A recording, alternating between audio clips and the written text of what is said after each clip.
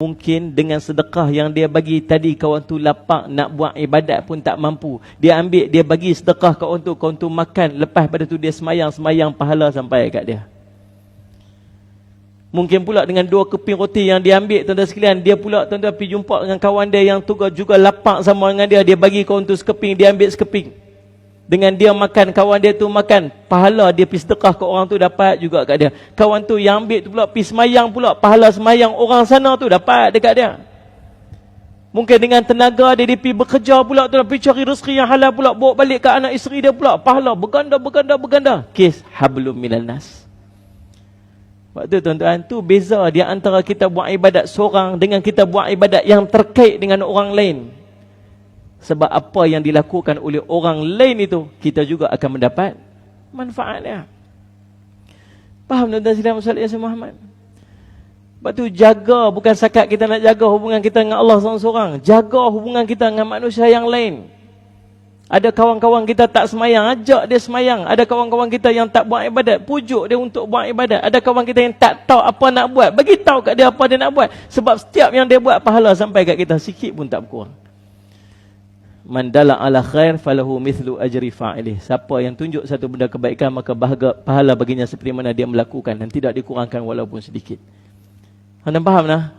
Yang pertama, bila kita bagi orang makan, tuan-tuan sekalian, kita akan mendapat pengampunan dan ganjaran pahala atas amalan orang tu lakukan disebabkan oleh sedekah kita. Yang kedua, hasil daripada sedekah, tuan-tuan sekalian, apa dia?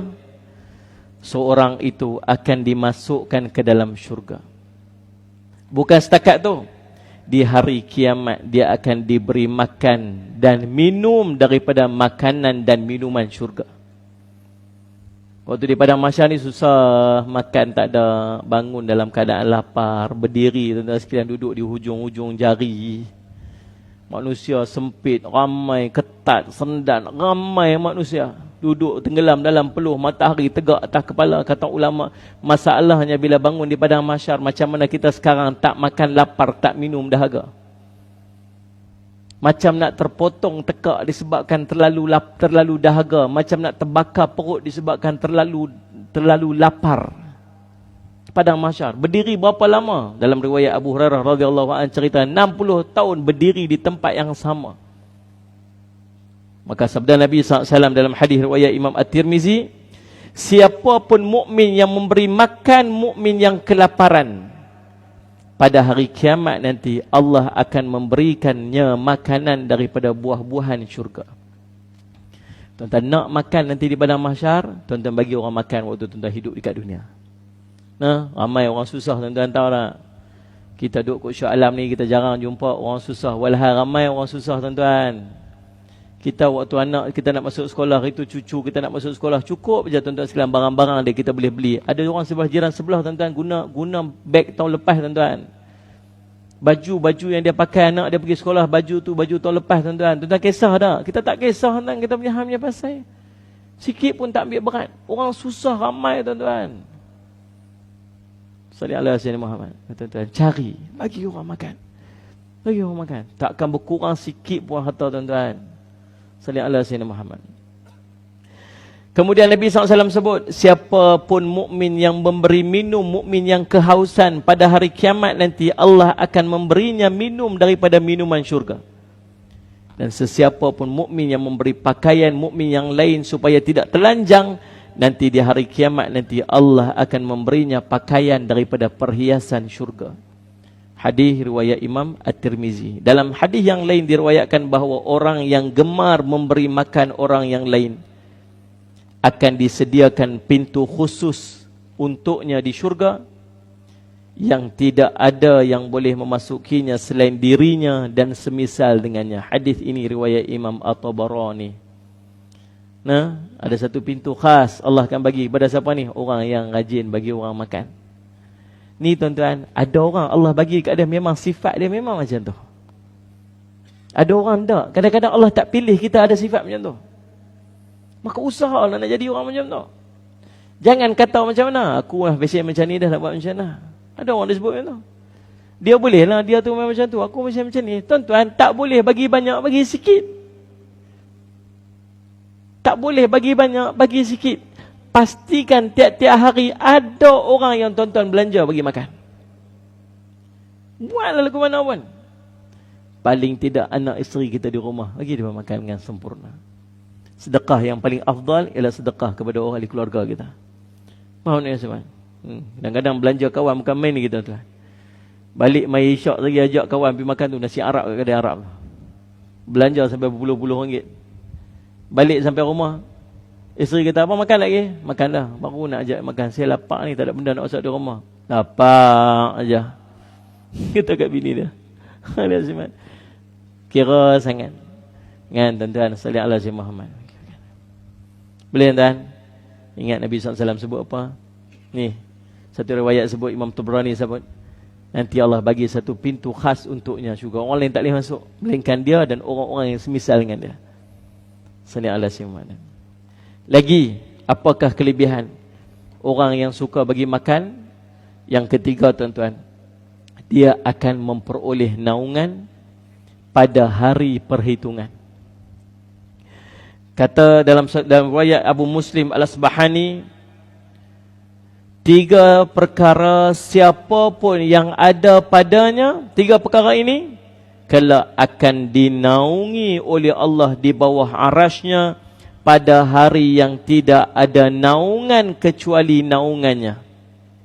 3 benda ni kalau ada pada seorang, nanti di yaumul qiyamah dia akan dapat naungan arasy Allah.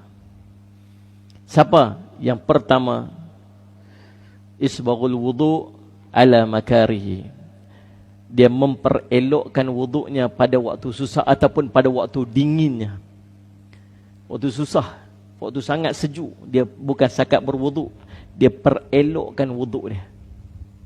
Yang kedua, orang yang mendatangi masjid walaupun dalam keadaan yang gelap. Ini ada lampu, tak ada alasan lah tuan-tuan. Lampu jalan, ada lampu kereta, ada lampu motor, ada.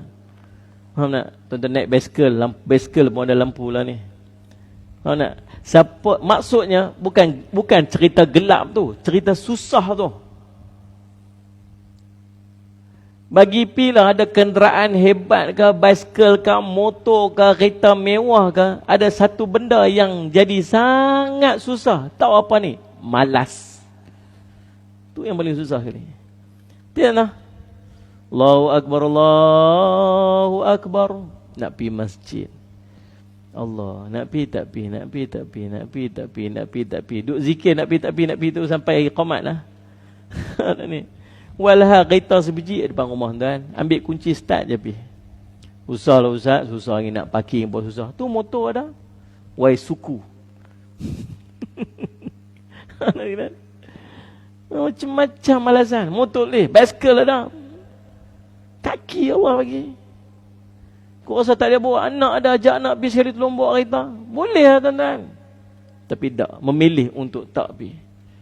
Orang yang susah, bersusah, dalam kesusahan, memilih untuk pergi sembahyang di masjid, nanti di yaumul qiyamah dia akan dapat naungan arasy Allah. Yang ketiga, siapa? Orang yang memberi makan orang yang kelaparan. Dan dengar tak mana ada orang susah tuan-tuan bagi. Yang ni senang je tuan-tuan, senang je. Tuan-tuan, saya nak cadang tuan-tuan buat macam ni. Tuan-tuan mau tak? Setiap bulan tuan-tuan ambil satu peruntukan. Berapa peruntukan yang tuan-tuan rasa tuan-tuan nak tolong orang susah? Saya ingat sampai setiap hari ada saja tuan-tuan sekalian orang duk minta sumbangan. Hampir setiap hari saya ingat. WhatsApp kita nanti masuk, orang ni susah, orang ni susah. Tuan-tuan jangan pandang tu satu benda yang menyusahkan kita. Tak ada kerja lain orang duk minta, tak ada kerja lain duk minta. Tuan-tuan, dalam ramai-ramai orang dia minta kat kita. Maksudnya apa? Allah nak bagi jalan baik tu untuk kita, tak bagi kat orang lain. Bagilah walaupun RM10. Kawan kita duduk kat sebelah, dia tak dapat WhatsApp tu. Yang bagi kat kita pasal apa? Bukan dia nak bagi kita. Allah pilih WhatsApp tu untuk main kat kita. Bagi tuan-tuan. Tuan-tuan rasa kalau tuan-tuan tak mau nak tengok berapa jumlah, tuan-tuan bagi orang lain, tolong masukkan, transferkan dekat dia. Isteri kita ke siapa ke tolong jaga akaun kita. Hantar je WhatsApp tu kat dia, tulis kat dia berapa ringgit, RM10 ke, RM50 ke. Tuan-tuan tak buat transfer sendiri. Dapat tuan-tuan tulis key-in, tuan-tuan hantar pergi. Dapat tuan-tuan key-in, tuan-tuan duduk kira berapa tuan-tuan bagi. Jangan risau, duit dalam akaun bank tuan-tuan, Allah janji takkan berkurang harta orang sedekah. Allah janji. Bukan kita saya kurang Ustaz, saya buh RM50, lah akaun saya tengok kurang RM50. Tuan-tuan, jangan nilai duit tuan-tuan sekalian, rezeki itu dengan duit semata-mata. Allah bagi sihat, Allah bagi kuat, Allah bagi peluang kita pergi masjid, Allah bagi kita sembahyang jemaah. Faham sekalian? Itu juga rezeki yang sangat besar.